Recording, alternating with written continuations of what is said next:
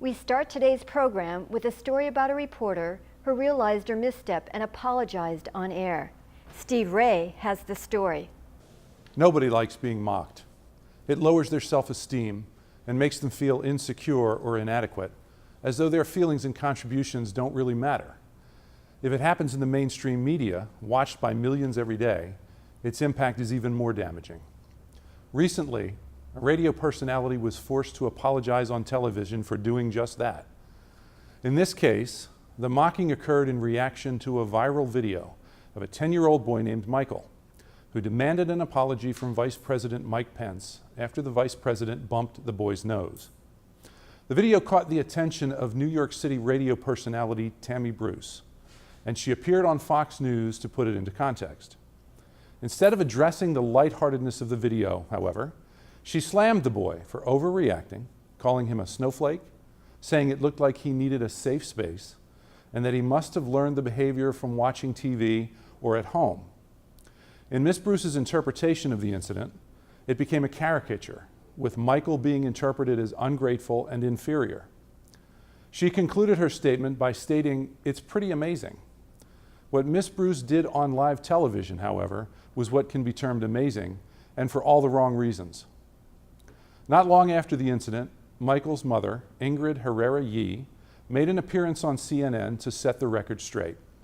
She explained that Michael was on the autism spectrum, is a military child, and loves the White House, saying her son refers to it as the people's house. She also explained that autistic children need to rehearse and prepare for social situations, and most of their therapy involves practicing social interactions. For Michael, it's about manners. He was simply following what he's learned in therapy, she explained.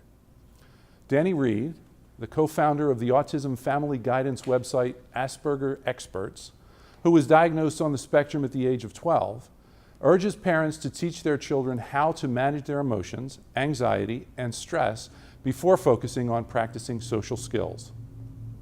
Ms. Herrera-Yee, who has a PhD in clinical psychology, said she saw something positive in her son's asking for the Vice President's apology, applying countless hours of practice to the real world.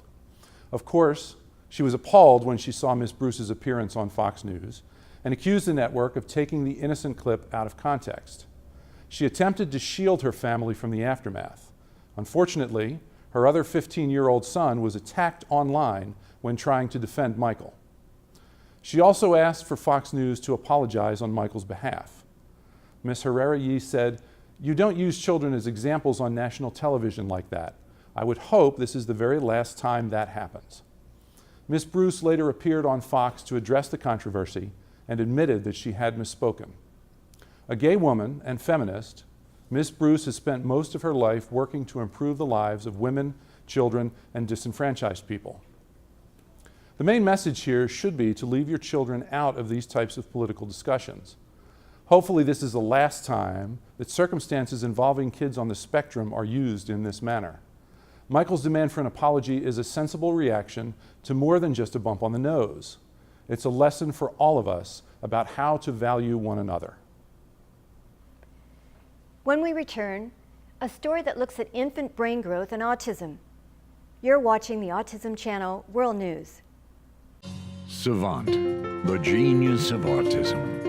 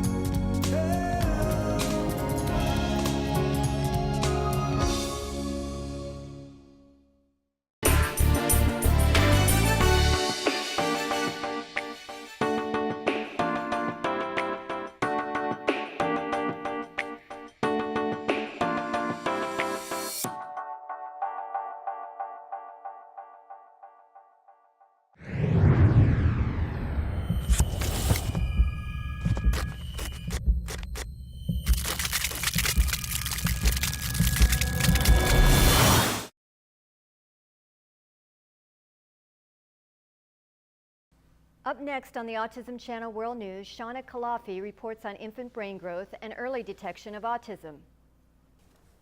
Thanks to various studies of autism in children, it's now established that many signs of autism are evident at an early age, commonly between the ages of 2 and 4. But what if there were a way to predict whether or not a child would develop autism? With a new study published in February of 2017, there is a possibility of determining a future autism diagnosis. Family ties matter too. 1 out of 68 children are diagnosed with autism in the U.S. alone, according to the Centers for Disease Control and Prevention. Infants with an autistic sibling face a 1 in 5 risk of developing autism, but for infants without an autistic sibling, the risk is only about 1 in 100. According to a small study published in the journal Nature, overgrowth in brain volume during a child's first year determines if the child is at a high risk of developing autism spectrum disorder, which is likely to be diagnosed by the age of 2. This new method requires MRI brain scans to look for autism features. Psychologist Heather Cody Hazlitt from the Carolina Institute for Developmental Disabilities and the University of North Carolina, Chapel Hill is the lead author of this study. Hazlitt says that future research is needed before it can be developed into a tool for diagnosing infants at high risk for developing autism. The study included a high-risk group which consisted of infants with an older autistic sibling and a low-risk group of infants who had no immediate family history of autism. The team used MRI technology to measure brain development at set time points between 6 and 24 months. They studied the cerebral cortex, which is an outer layer of tissue covering the brain. The team discovered an outer overgrowth of cortical surface area in infants later diagnosed on the autism spectrum. The findings correctly predicted about 80% of the 15 high-risk infants who later met the criteria for being diagnosed at 24 months. Senior study author Dr. Joseph Piven from the University of North Carolina at Chapel Hill says that the brain volume of autistic children increased around age 2 compared to normally developing children, meaning that kids who did develop autism had significantly bigger brains. The expansion is thought to be due to increased proliferation of neural progenitor cells. Piven says that a cascade of brain changes across the first 2 years of life results in the emergence of autism at the end of the second year.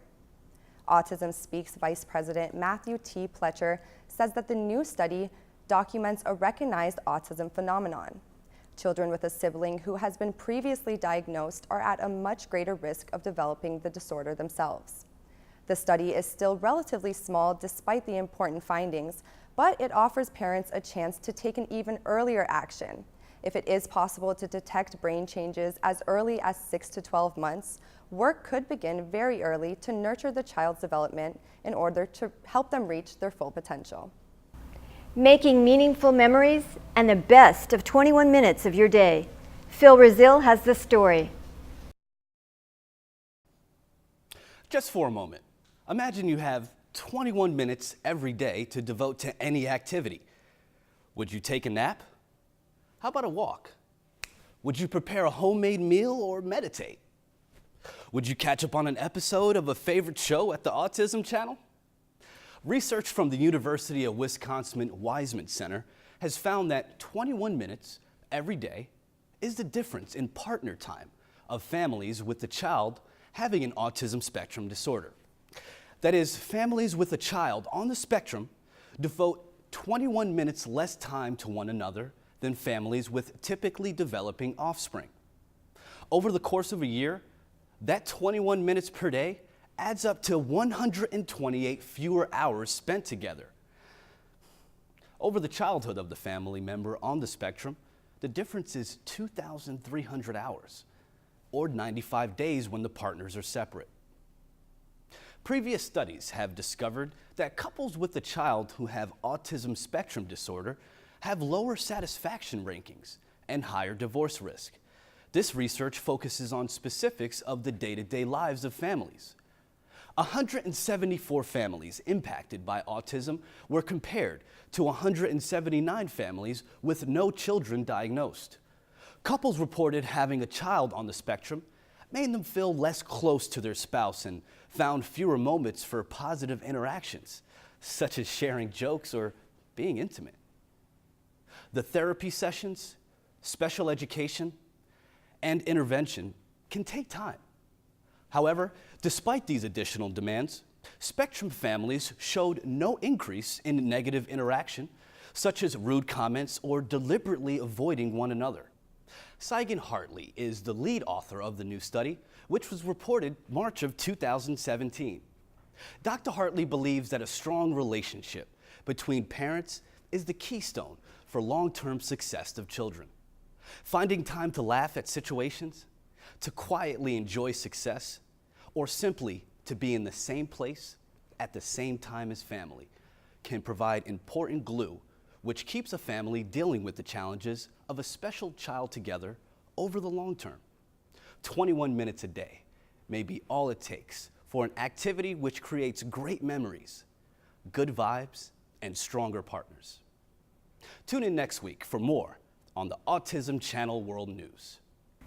Graduation is a time of celebration for many. It's quickly followed by a flooded market of job seekers. In the best of times, it's challenging. But when Park Ridge, Illinois mom Cindy Montgomery recognized the disconnect between her autistic son and true employment opportunities, she created Teachability, LLC.